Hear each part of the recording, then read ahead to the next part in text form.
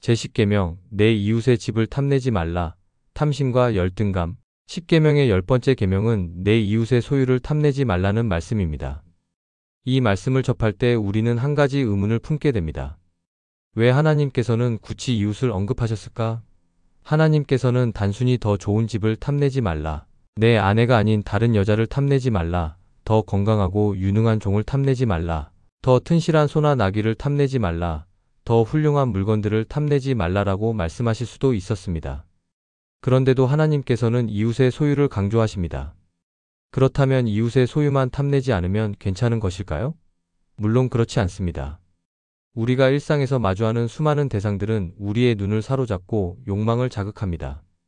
꼭 탐낸다는 의식을 갖지 않더라도 인간은 본능적으로 자신이 가질 수 있는 것을 가지려는 마음을 품고 살아갑니다.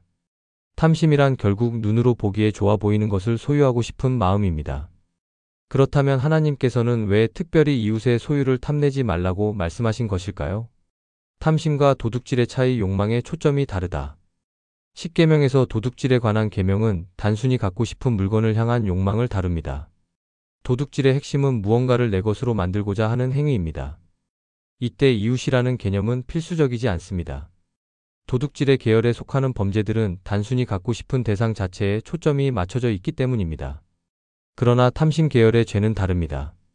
탐심이란 단순히 대상 자체를 탐하는 것이 아니라 그 대상을 소유한 사람의 처지와 위치를 탐하는 것입니다. 이웃의 소유를 탐내는 것은 곧 이웃이 가진 것을 누리는 그 위치에 서고 싶어하는 마음에서 비롯됩니다.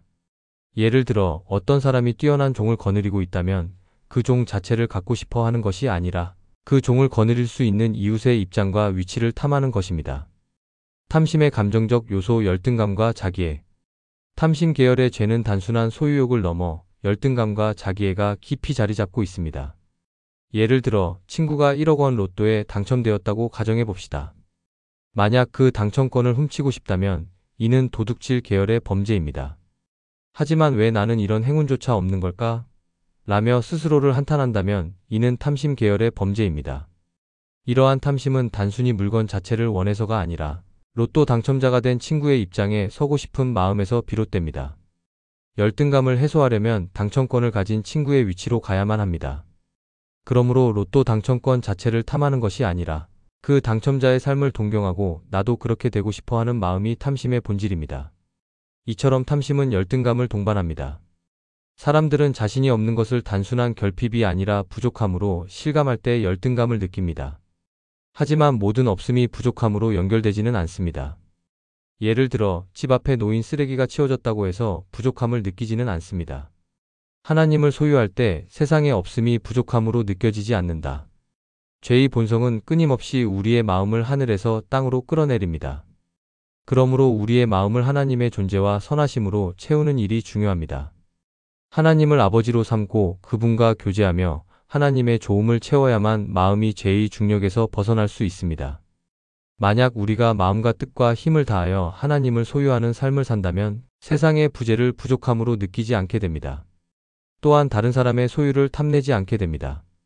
나 자신이 하나님으로 충만할 때 나도 저 사람처럼 되고 싶다라는 마음이 사라지게 됩니다. 사도 바울은 빌립보서 3장 8절에서 이렇게 말합니다. 또한 모든 것을 해로 여김은 내 주 그리스도 예수를 아는 지식이 가장 고상하기 때문이라. 내가 그를 위하여 모든 것을 잃어버리고 배설물로 여김은 그리스도를 얻고. 사도 바울은 과거에 자신이 가치 있게 여겼던 것들을 배설물처럼 여겼습니다. 세상의 가치를 내려놓고 하나님으로 충만한 삶을 살았기에 세상의 없음이 부족함으로 여겨지지 않았던 것입니다. 탐심에서 자유로운 사람, 사도 바울의 사례. 사도행전 26장을 보면 사도 바울이 아그리빠 왕과 베스도 총독 앞에서 재판을 받는 장면이 나옵니다. 이 상황에서 바울은 변론을 하기보다 담대하게 예수님을 증거합니다. 바울이 너무 많은 지식을 가졌기에 미쳤다고 조롱을 받지만 그의 태도는 단호합니다.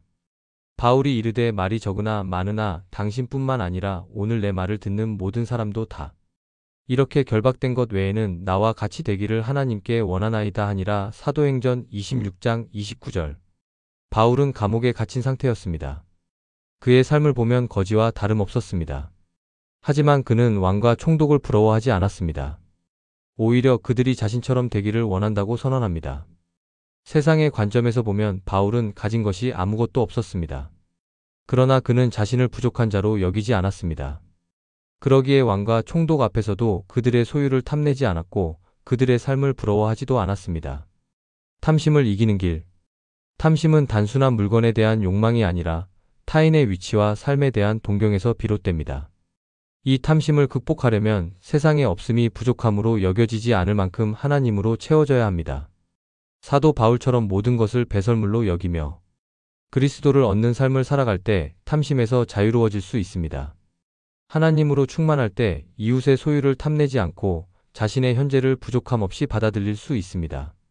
내 이웃의 소유를 탐내지 말라는 계명은 단순한 욕망의 금지가 아닙니다.